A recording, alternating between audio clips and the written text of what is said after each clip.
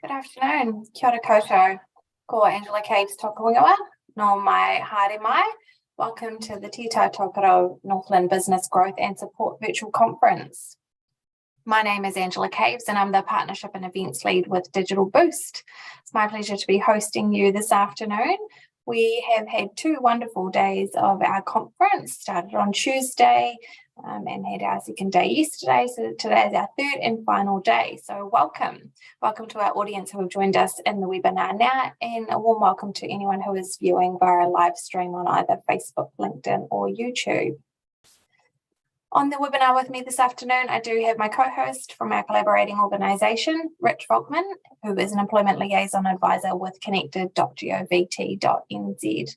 Welcome, Rich. I'm going to hand over to you so you can get some housekeeping out of the way and then introduce our guest presenter. Thank you. Great, kia ora, thank you, Angela. And no mai haere mai to all our viewers on day 3 of this Connected Digital Boost session. For those of you who are joining us in this webinar, you can see and hear us, but we can't see or hear you. So please, if you do have any questions or comments, if you can add those into the Q&A function available, we'll address these questions towards the end of the presentation. Also, our session today is being recorded, and this session will be uploaded to the YouTube playlist on the Digital Boost channel for post-event viewing. All registered attendees will be provided with a link via this email as well.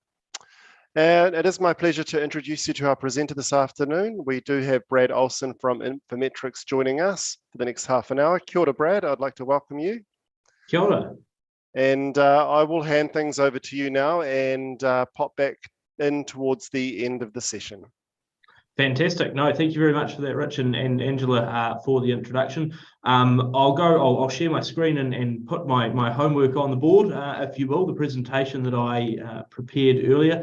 For those of you who are following along at home and hopefully have got a cup of tea or your lunch in front of you, feel free to put some questions in the Q&A, and Rich and I will cover that off towards the end.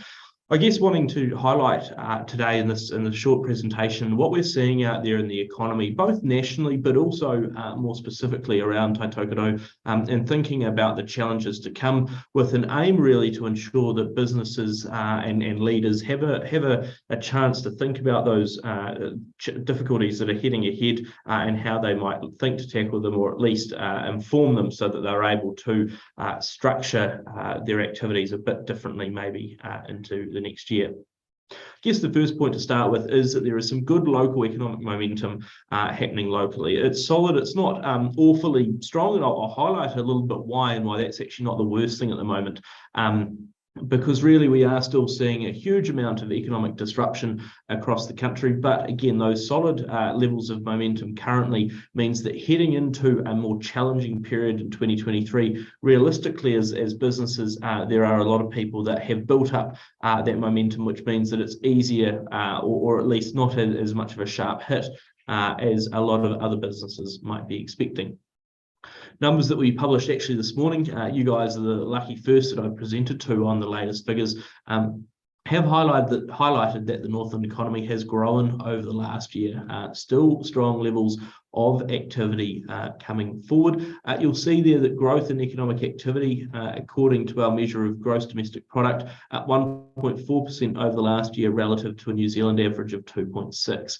Now, the reason for the difference, the reason I said actually don't be too worried that Northland's own growth figure might not be as strong, is because that 2.6 national growth includes the bounce back from the Delta lockdown period. And yes, Northland was hit with that, but we know that a number of other economies, particularly Auckland and the likes of Queenstown and other tourism-based economies, sort of had a larger hit last year. That means that growth this year in some of those areas looks particularly better, which has sort of overinflated some of the numbers. So 1.4% growth at a time when there are still huge challenges across the economy is just a real good, strong starting point.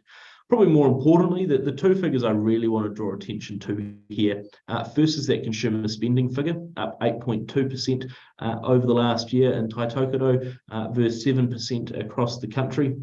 What we know as well is that inflation is up 7.2% over the last year, So Northland spending has actually risen even faster than inflation. So it's not just that people have been paying more for goods, they're still actually buying more. And that's a sign of confidence that locals have of spending into the local economy, and also highlights that we're seeing a shift around in tourism activity. It's not back to more normal levels. You can see that in some of the other figures, but it has very much turned a corner. So that's reassuring, good economic signs that people are still willing to spend. And part of the reason for that is because of the very healthy level of employment that's been happening across Northland. You can see there that employment for people who live across the north up 3.6% on average over the last year, stronger than the 3.1% national average, and again highlighting that more and more people have been getting into work. Northland's unemployment rate now sitting at about 3.5% compared to the national average of 3.3%. What's important there is that if you go back a few years, the gap between the Northland and the New Zealand unemployment rate was considerably larger. So it's we have seen really a bit of a shift in economic activity across the north that now makes the Northland region a really highly competitive part of the economy once again.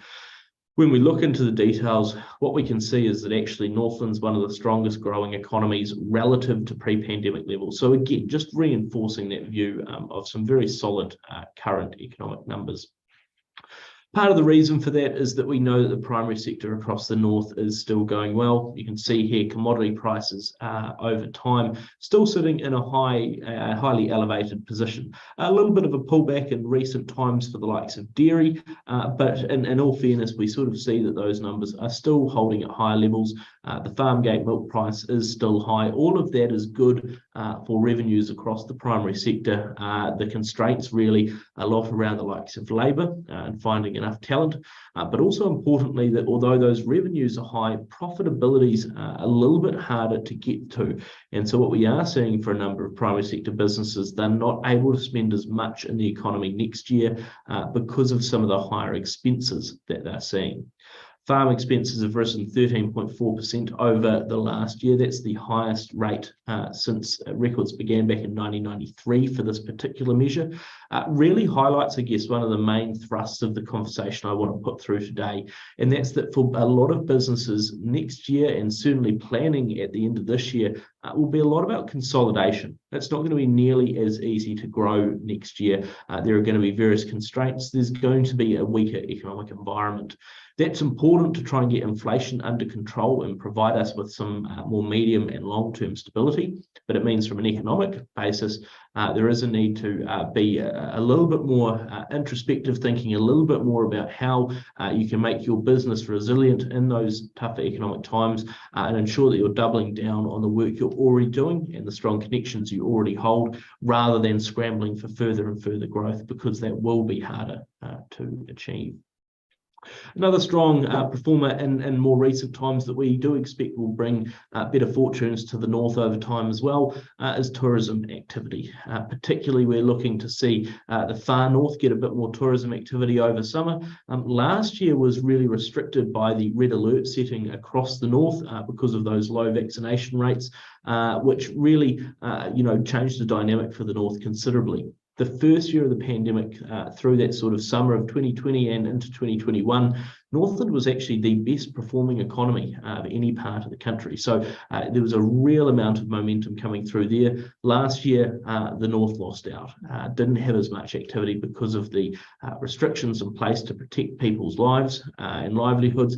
But now with tourism reopening, we've seen some really strong numbers coming in from overseas, lots of Australians who are keen to get around the country, but also increasingly a number of people from the likes of the US and North America. So an encouraging sign that those numbers are coming back. We've lifted our expectations for how quickly tourism will rebound, and we do expect that, again, the North is in a good position to capture that. Even just in recent weeks, we've seen the Australians who have been doing a little bit more of a profile of parts of the North, again just getting it in front of people, making sure that Northland is seen as a key destination for travel, will put the region in a good position. I'm not saying it's going to be easy. There are still resourcing issues, of course, across the tourism sector, but we are seeing some brighter news there and an expectation that Northland can reap some of the rewards. The challenge really comes next year as we see those interest rates rise and they start to hit households. I say that because you can see here at different times where in the orange line where the current and forecast mortgage numbers are likely to be. And then the various horizontal lines highlight where the banks were testing people when they went in for a mortgage. Effectively, what you see there is that back in 2020, mid-September 2021, the banks were testing people at roughly 6% making sure they could make those repayments. Now, given that our orange line, which we forecast a month or so back, has actually advanced even faster, you're now seeing on average a fixed mortgage rate of around about 5.7% already. That means that as those interest rates continue to lift to combat inflation, there's going to be a lot of borrowers that are going to struggle to make their repayments. They're going to be much more limited on cash. Last year, they were able to make their repayments when interest rates were 2.21%. They were tested to 6%, so we knew that at 6% they could still make those repayments, but they were probably going to be living on the baked beans diet. Past 6%, though, we're not so confident that they can make those repayments. And so when interest rates rise above that level, and we very much expect that they will in short order, that's going to put further pressure again on people around how can they make those repayments, how much money are they having to contribute to their loan and their mortgage payment, and more importantly, what else has to be put on the wayside? What do they cut from their household budget to make sure that they can make that spend? Because of those sort of issues, we see that, again, cash becomes king at this point. Cash flow is so important, and is one of the reasons that we're a bit worried about the construction sector. There's been a lot of delays and a lot of challenges there. We're currently seeing the highest levels of overdue debts in the construction sector recorded by businesses since the global financial crisis or so. So again, just some early warning signs there of, again, that need for consolidation, a need to think quite seriously about the resilience when it comes to your business, about your cash flow position, and how you continue to ensure that's available so that you are a going concern and you can cover all of your various costs and not leave anyone in the lurch. The labour market will remain a key part of the conversation as well, though. You heard earlier when I said that the Northland employment market has been going strong. There have been more people in work. Let's be clear, though, that people would rather there were even more higher levels of employment coming forward. Businesses still saying how difficult they're finding it to find labour. That means that wages are still under immense pressure. Recent numbers have shown that wages have risen at a record pace over the last year, their fastest pace since records going back to the 90s and 80s or so.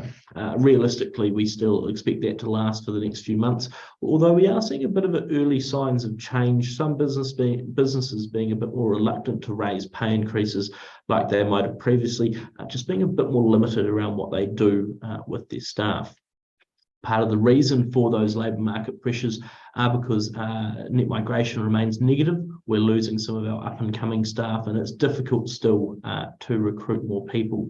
We think that still remains negative for the next year or so. Early numbers more recently have pointed towards slightly better migration activity, but again, at the moment, we've still got over 8,000 people fewer in New Zealand than a year ago because of net migration. So it is still a capacity constraint on the economy. And if we think that our current labour market challenges are bad, well, they provide a bit of a portal into the future. We know that our population is ageing. We know that the trends that we're seeing now will set us up for the next 10, 20, 30 years. Over the last year, you've seen a 2.8% increase in the number of 65-plus-year-olds across the economy. These numbers are these trends are very truthful as well for Northland. So growth in your retired population, but a decline actually in your current working age population and in your up-and-comers. So increasingly, we are going to have more people that are moving out of work and into retirement, fewer people actually coming through to replace them, which means that we do need to figure out how to work smarter, not harder, because we're simply not going to have the people available. I guess all of this together says that, look, the labour market's going to remain a challenge. Thinking about your succession planning will be important through 2023. Thinking about what sort of talent you need and how you can find them and what you're willing to put on the table will be critical.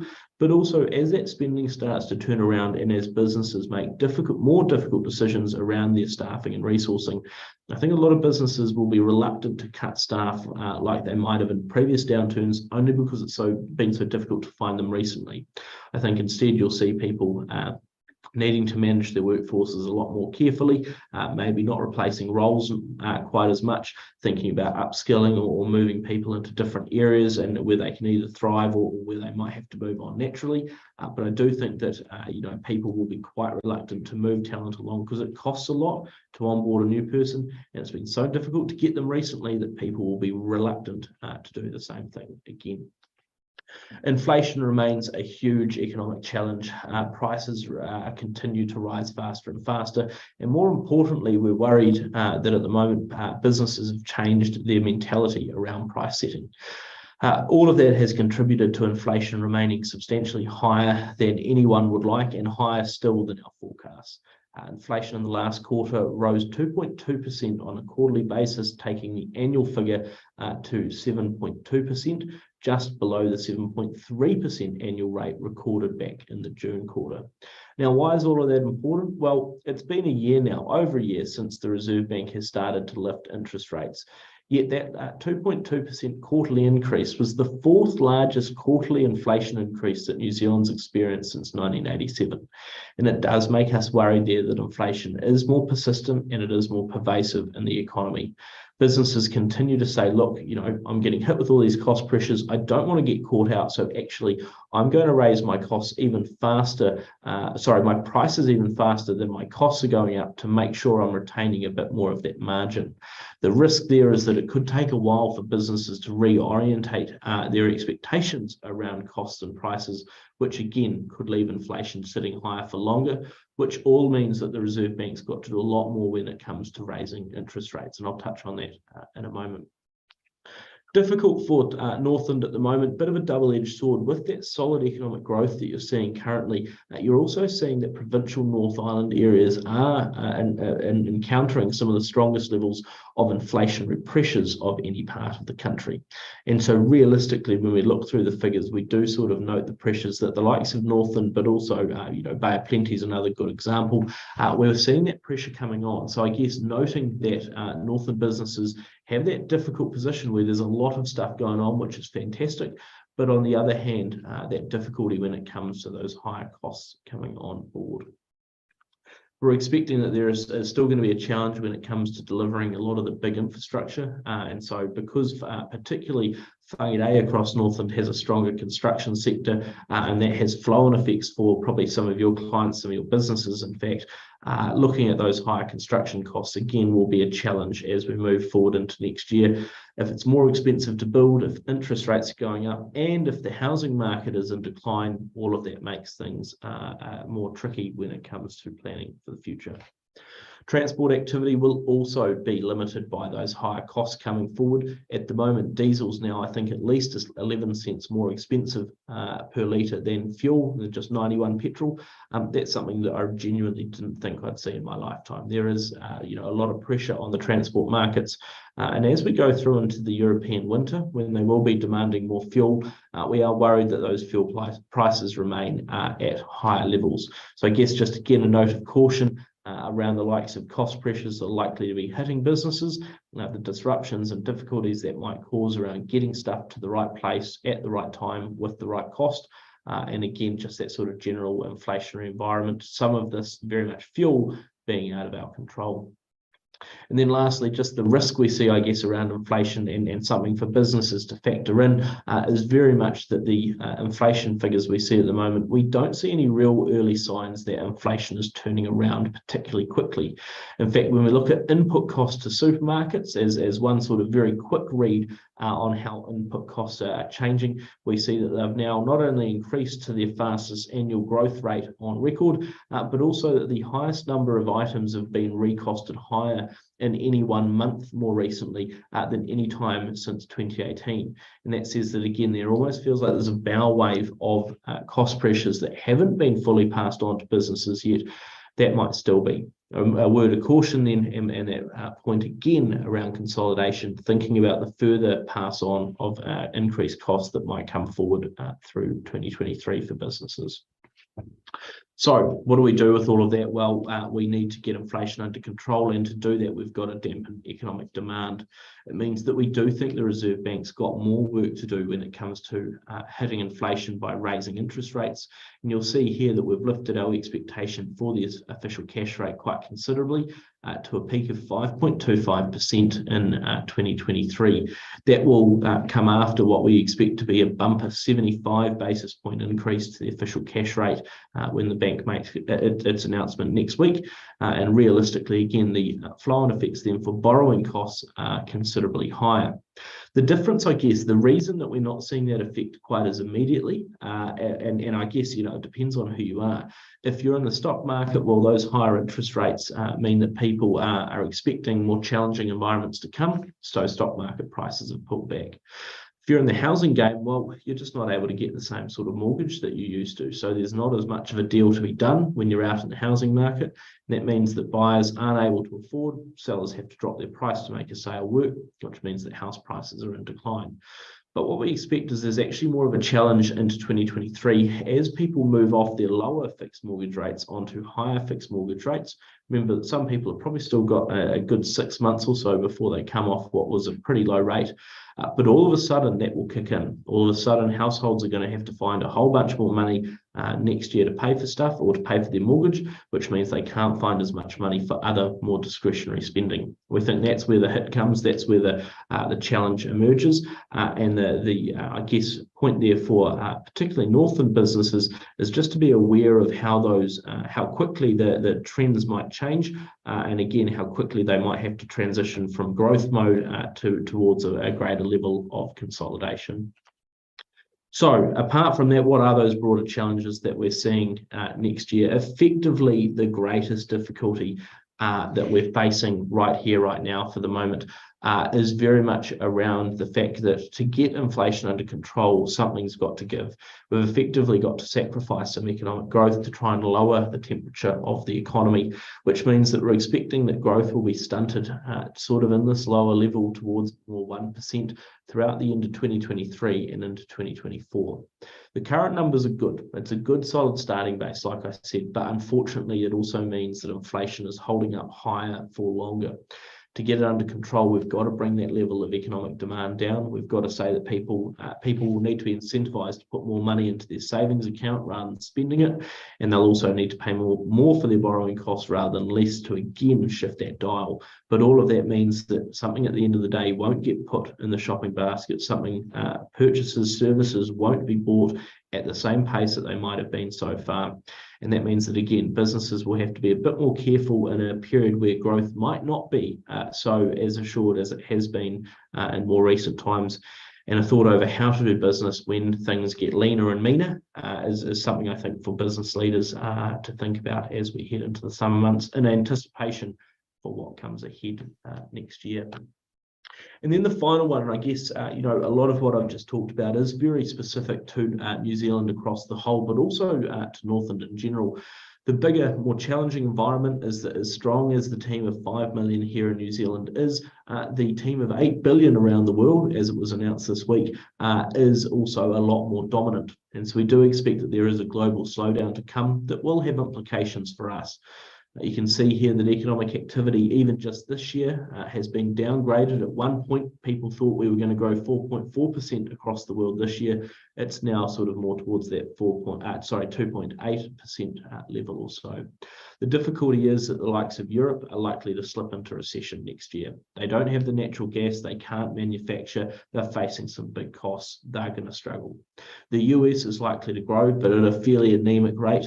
They've had to lift interest rates considerably as well, like us, to try and get inflation under control. That means they're also having to sacrifice growth. The risk really for us, though, remains around Asia, particularly China. Chinese economic activity is likely to slow to its second worst pace since 1976 this year, and the outlook for next year is for less of a bounce back than anyone would like. And so a real feeling again that with China pursuing, a zero COVID strategy, our exports are under a bit of pressure, and so is tourism and as it bounces back. For Northland, of course, the investment and also the spending that Chinese tourists have provided, the amount of export activity that has come through from overseas means that we've got to keep in mind how that global sphere emerges. A more challenging environment across the world will hit Northland businesses, and so I guess just to finally reiterate, and conditions are going to be more challenging next year. It's fairly clear to see from the various indicators that people are just not going to have the same money, not have the same economic oomph behind them. If that's the case, we are expecting that it's a question more of how do you consolidate, how do you hunker down, how do you operate a business in a leaner, meaner environment without the same prospects of growth as there has been before. Hopefully some of the information I've provided you today give you an idea of where you need to look at in your business, what sort of things to consider for the future, and also I guess what other sort of connections you might need to make now before the challenging times hit to make sure that you're well positioned when they do emerge. At that, Rich, I don't know if there are any questions that have come through specifically. If you've had any that have sparked up while I've been talking away there, but more than happy to Yeah, go no, through. thank you for that. Some really good, interesting data there that you've just shared with us all. So really appreciate your insights there. And obviously it isn't all doom and gloom, but there is quite a lot of challenges ahead, and we still sort of got to buckle up for the next wee while to get through the next stage of all of this that we're working through. No questions have actually come through the chat here. There is a couple that I've noted down here around inflation and that still being on the rise. You mentioned earlier, even if it actually does plateau out, that doesn't necessarily mean things get easier, do they? They actually just sort of stay the same for a while. Yeah, absolutely. And I think, the main big one for next year as well is that distributional hit. There are going to be some households that they can afford to weather the inflationary difficulties a bit more. Some of those on lower incomes, they are a bit more vulnerable to inflation. You've still got to put food on the table. You've still got to put fuel in the car. You've still got to pay for your accommodation. Even though those have gone up in cost, you can't avoid them as easily. Yep. So I think a lot of people will still be there. The big one, I think, for businesses is that we talk a lot about inflation, right, when it comes to households. Businesses, though, are under some pretty intense cost pressures as well. And I think this is sort of the time when it is important to review, how your supply chain is working, who you're currently contracting from, what their sort of rates are and what sort of pressures you might face next year. Basically, when it comes to preparing that next business budget, what are you having to think about? Where might you be able to make some sensible cuts or at least some limitations? But also, how do you keep that business moving in an environment where costs are rising? And I think, having the right support on board, having the right people to talk to about, well, what's emerging in my very direct sector and how do I navigate higher cost environments? That's something I think people will be keen to get on board quite quickly. Yep, great. And we do have a question here. Do you have any insights around economic pressures on Pacific peoples living in Northland? Do you have any insights? I can talk sort of anecdotally a little bit. I don't have all of my various data sets right at my fingertips here and now. What we do know is that both Pacifica but also Māori have been hit harder through some of the downturns, but have also, I guess, increasingly there's a lot more dynamic thinking around how to support those groups, particularly in Northland, thinking about as well the more pastoral care that comes around those workers who might need a bit more support. So I think as well we're continuing to see more people come in from the Pacific Islands into New Zealand and reconnecting into some of the older schemes. In general, though, I think we've seen those employment levels rise, which is encouraging. But we've also seen Pacifica, but like I say, also Māori standing up with higher, more persistent levels of higher unemployment as well. So a better path, not a fully corrected path. Though I think there's still a lot of work to be done to support Pacifica actually into employment and with some of those wider, more pastoral care challenges that have emerged over time. Yep, no, Cap, I appreciate that. That sort of brings us to a close here. We're out of time, but I really want to just thank you again for coming today and sharing with us your insights. And I will hand back to Angela. Thanks, Rich. Yeah, I can add my thanks to Rich's as well, Brad. Some great information there, and I think it's it's great that we've got the information at hand up front now, so we can be pragmatic as a business about our approach into the, into the coming months and into next year. Any idea when we might come out the other side of this? Look, I think it might take a little while. I think, that expectation around stunted growth is effectively for 2 years. So it's more, you're hoping 2025 is where that burst of energy comes forward. But let's be real, the roller coaster ride that we've been on over the last few years has been so unpredictable that, I didn't pick a Russian invasion of Ukraine this year. I certainly didn't pick, missiles falling in Poland yesterday. So I guess the point there is you've got to sort of keep your wits about you, be flexible and dynamic enough to react, in real time as things come through. The main one really for me is just you've always got to have a plan. It doesn't have to be foolproof. It doesn't have to be perfect, but you've got to have an idea of if something happens in my business, what is my immediate response? Who am I turning to? What am I thinking next? That'll put a lot of people into a much better position. Yeah, great. Thank you. And yeah, thanks again for joining us and sharing your insights. We've just got a comment there, so that your presentation was really informative. So thank you so much. We really appreciate you joining us in this conference and supporting us. Thanks for and having the me. business community. Quick bit about why Connected is here and why Digital Boost is here. We're here to support in part of that ecosystem as well. So if you need to make any connections into your business community, please head over to Connected. Rich is there as that conduit of connection who will be able to support you on your journey, whatever you might need, and point you in the right direction. And Digital Boost will support you in your digital transformation journey. So if you're an organisation that you think that you're doing digital well, please sign up to Digital Boost. Reach out to our customer support team and we might be able to showcase your business on our platform, reach some of our 55,000 users and help sustain your business, hopefully, through these tough times ahead. That does bring our session to a close. We are 1 minute over. My apologies. We'll be up at 1 o'clock with Amotai, who are going to talk to us about how they are supporting Māori and Pacifica businesses. So please join us in that session. Other than that, I do hope you all have a wonderful afternoon and thanks again for joining us today. Thank you.